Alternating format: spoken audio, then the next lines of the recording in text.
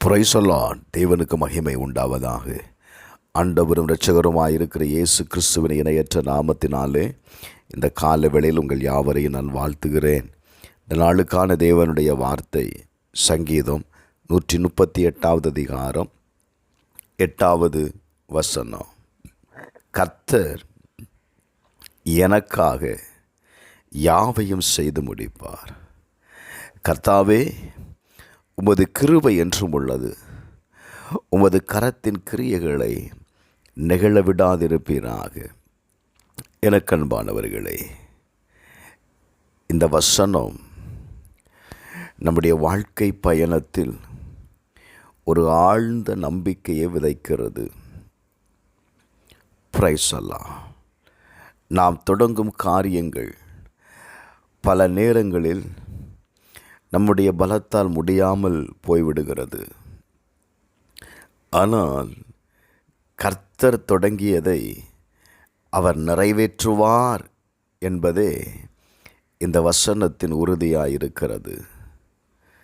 அவர் சொல்லுகிறார், கர்த்தர் எனக்காக யாவையும் செய்து முடிப்பார். நம்முடைய தேவன் பாதியில் விட்டுவிடும் தேவன் அல்ல. தாவீது இந்த இடத்துல 2 காரியங்களை சொல்லுகிறான். பிரைஸ் அல்லாஹ். கர்த்தரின் நிறைவேற்றும் கிருபையை இந்த இடத்துல பார்க்க முடியும். நம்முடைய வாழ்க்கையில் தேவன் வைத்துள்ள நோக்கங்கள், அழைப்புகள், வாக்குத்தத்தங்கள் அனைத்தையும் அவர் சரியான நேரத்தில் நிறைவேற்றுவாருங்க. 2வது, கர்த்தரின் இரக்கத்தை அவர் காண்பிக்கிறார். சூழ்நிலைகள் மாறினாலும், மனிதர்கள் மாறினாலும் தேவனுடைய இரக்கம் மாறுவதில்லை. எனக்கு அன்பானவர்களே, இந்த காலவேளையில் இந்த வார்த்தையை கவனிங்க. அவருடைய கிருபை என்றும் உள்ளதுங்க. பிரைஸ் அல்லாஹ். தாவீது சொல்லும்போது சங்கீதம் 57:2 வாசிக்கும்போது, எனக்காக யாவையும் செய்து முடிக்கப் போகிற தேவனாகிய உன்னதமான தேவனை நோக்கி கூப்பிடுவேன் அப்படிங்கிறார். இந்த கால வேளையில் உங்களுக்காக யாவையும் செய்து முடிக்கப் போகிற தேவனை நோக்கி கூப்பிடுங்க.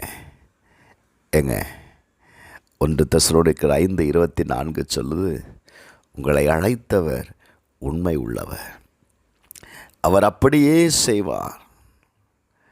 உங்களை அழைத்தவர் மாறாதவர். அவரை நோக்கி கூப்பிடுகிற எந்த காரியத்திற்காக நீங்கள் அவரை நோக்கி கூப்பிடுகிறீங்களோ, இன்றைக்கு அந்த காரியத்தை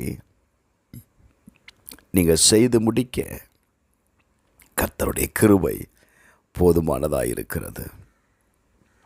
Glory to God. இந்த கால வேளையில் உங்களுடைய நிலைமையை குறித்து, உங்களுடைய சூழ்நிலைகளை குறித்து நீங்கள் சோர்ந்து போகாதீங்க.